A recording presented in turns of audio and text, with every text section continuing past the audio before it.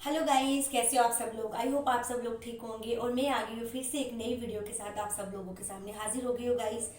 तो welcome my YouTube channel. और मैं आप सब लोगों से यही रिक्वेस्ट करना चाहती हूँ कि प्लीज़ मुझे ज़्यादा से ज़्यादा सपोर्ट करें गाइस।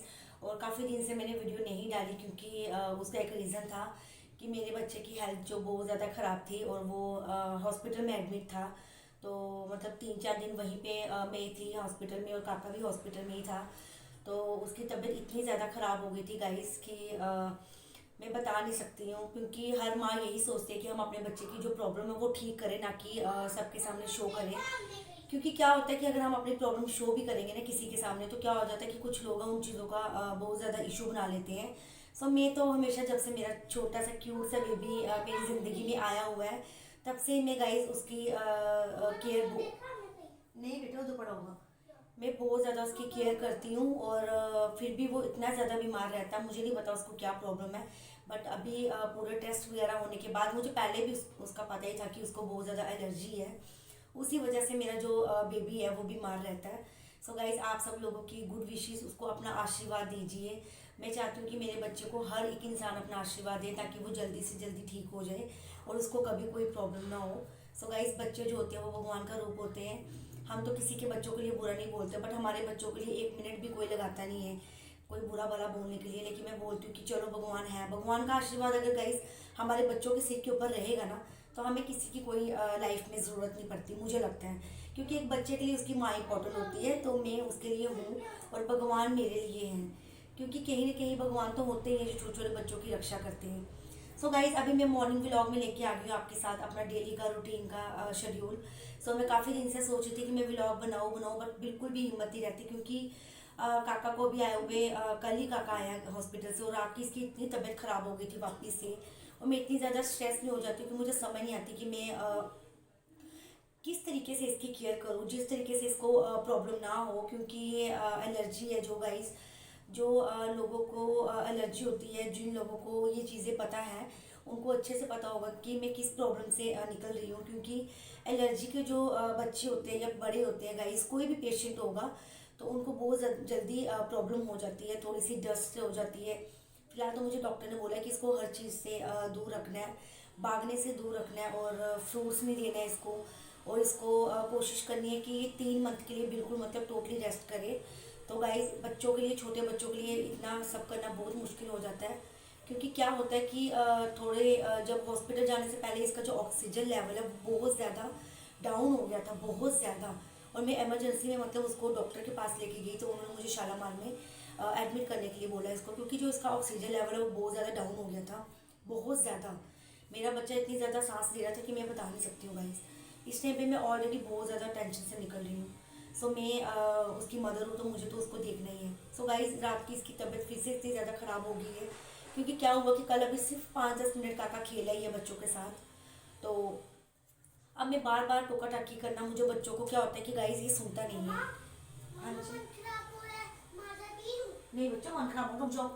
तो इसका मन खराब इतना ज़्यादा होता है क्योंकि खांसी करता है ना जकदम से, तो इसको बहुत प्रॉब्लम होती है, तो उसकी वजह से इसको वॉमिटिंग हो रही है बहुत ज़्यादा। तो अभी मैं सोच रही हूँ कि इसकी दवाई वगैरह चल रही है गाइस। सो मैं अभी खाने की। सो गाइस, काका आ गया था, वो ये मटरों में हाथ डालना शुरू हो गया। मैं बना रही थी सब्जी, क्योंकि सुबह मैंने काका को ना बहुत मुश्किल से आधा रोटी का पीस खिलाया, क्योंकि वो भी इसको वॉमिटिंग हो रही थी रात को भी, इसने पूरी रात वॉमिटिंग की है, पूरी रात ये सोया नहीं है। मुझे ये क्लियरली बताता नहीं है कि इसको क्या दिक्कत हो रही है। मतलब बच्चा बोलने वाला हो ना पूरा प्रॉपर कि मामा मुझे ये प्रॉब्लम हो रही है, बस ये मुझे बोलता है कि मुझे कुछ हो रहा है गले में, तो इसको लंबी लंबी सांस आना स्टार्ट हो जाती है और चेस्ट इसकी बिल्कुल ब्लॉक हो जाती है। क्योंकि मेरे बच्चे को चेस्ट में बहुत सारी बलगम, तो डॉक्टर ने ये बोला है कि इसको एलर्जी है, तो इसकी जो सांस लेने की जो हमारी फूड पाइप होती है ना हर चीज़ की गाइस, तो उसमें इसको बलगम की रुकावट हो जाती है, उस वजह से इसको ये ऑक्सीजन लेवल कम हो जाता है। तो मुझे इसको डस्ट से दूर रखना है, मुझे भागने से दूर रखना है इसको। बट ये कि ये सुनता नहीं है। अभी कल ही आया, तो कल थोड़ी देर 10 मिनट ये साथ में दीदी के बच्चों के साथ भागा, ये खाली खेल है, तो उसकी रात को इतनी बुरी हालत हुई है। और क्या होता है कि माँ बाप भी थक जाते हैं गाइस, बच्चों को, बीमार बच्चे को देख देख के एक माँ भी बिल्कुल ख़त्म हो जाती है। हॉस्पिटल में रहने से मेरे गले को खुद इतनी ज़्यादा प्रॉब्लम हो रही थी, बहुत ज़्यादा बंद सा हो गया था, पक गया गला, क्योंकि वहाँ पे दवाइयों की स्मेल होती है बहुत ज़्यादा। सो मैंने सोचा अभी चलो मैंने इसको चाय के साथ सुबह आधा फुल्का खिलाया, दवाई ये बहुत ज़्यादा देनी होती है इसको। तो अभी मैं कर लेती हूँ घर का काम बाकी। सो गाइस काम तो बहुत सारा पड़ा हुआ है, ये देखो बर्तन पड़े हुए हैं और ये देखो। तो ये काका बैठा हुआ है यहाँ पे, देखो ये मेरे साथ गुस्सा ही करता रहता है 24 घंटे। बस मुझे एक ही चीज़ बोलता है कि मामा मेरा मन ख़राब हो रहा है। अब गाइस मैं क्या कर सकती हूँ, इतनी ज़्यादा इसको प्रॉब्लम होती है। ये देखो ये मैंने सारे कपड़े धोए थे गाइस, ठीक है। हॉस्पिटल से आके मैंने ये सारा बेड भरा हुआ है, इसको मैं धीरे धीरे तय कर दूँगी। और ये मेरे कमरे की अभी हालत है, सारी बिखरी पड़ी हुई है। काका को मैंने टीवी लगा के दिया हुआ है। काका आजा आपको चूल्ही कराऊँ। सो गाइस अभी मैं काट रही थी मटर और मैंने सोचा चलो आप लोगों के साथ शेयर करती हूँ गाइस। तो आप देख सकते हो ये मैंने सारे मटर काट दिए हैं। सो अभी मैं लहसुन को काट के रख ही रही थी, जस्ट ये लहसुन काटा है मैंने। ज़्यादा नहीं डालूंगी इसमें, थोड़ा ही डालूंगी। सो गाइस इसमें मैं डालूंगी थोड़ा सा अदरक का टुकड़ा। तो कहते हैं ना जो देसी मसाले होते हैं ना गाइस वो देसी होते हैं। सो ये अदरक के 4 छोटे छोटे टुकड़े डालूंगी। और ये लहसुन की गुनिये हैं ये डालूंगी इसमें, बट इसको मैं बाद में मैश कर लूँगी क्योंकि मैं मिक्सर का यूज़ नहीं करूँगी।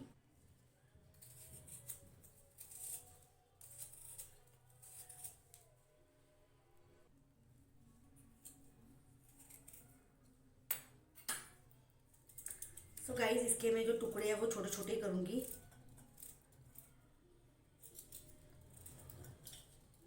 क्योंकि ये जो सब्जी है गाइस कुछ लोग बनाते हैं कढ़ाई में, मैं बनाऊंगी इसको कुकर में बिसल बजा के, क्योंकि इसका क्या होता है कि ये कुकर में बहुत ही अच्छी बनती है।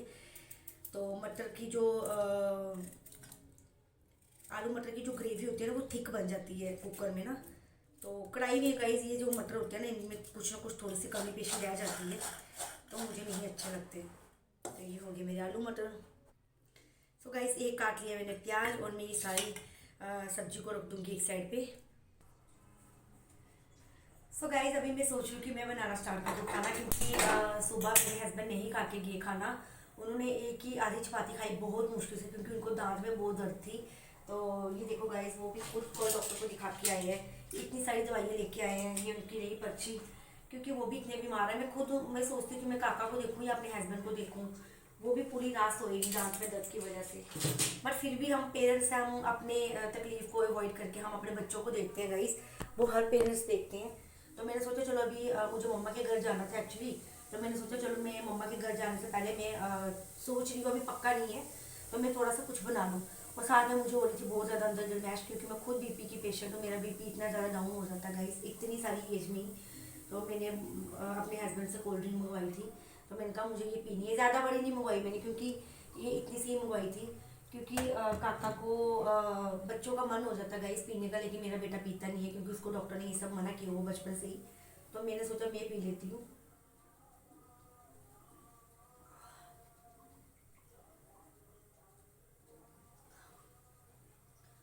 अंदर इतनी गर्मैश होती है ना गाइस, इतनी काली पड़ती है अंदर, पता नहीं क्यों कुछ गर्मी जैसा फील होता है।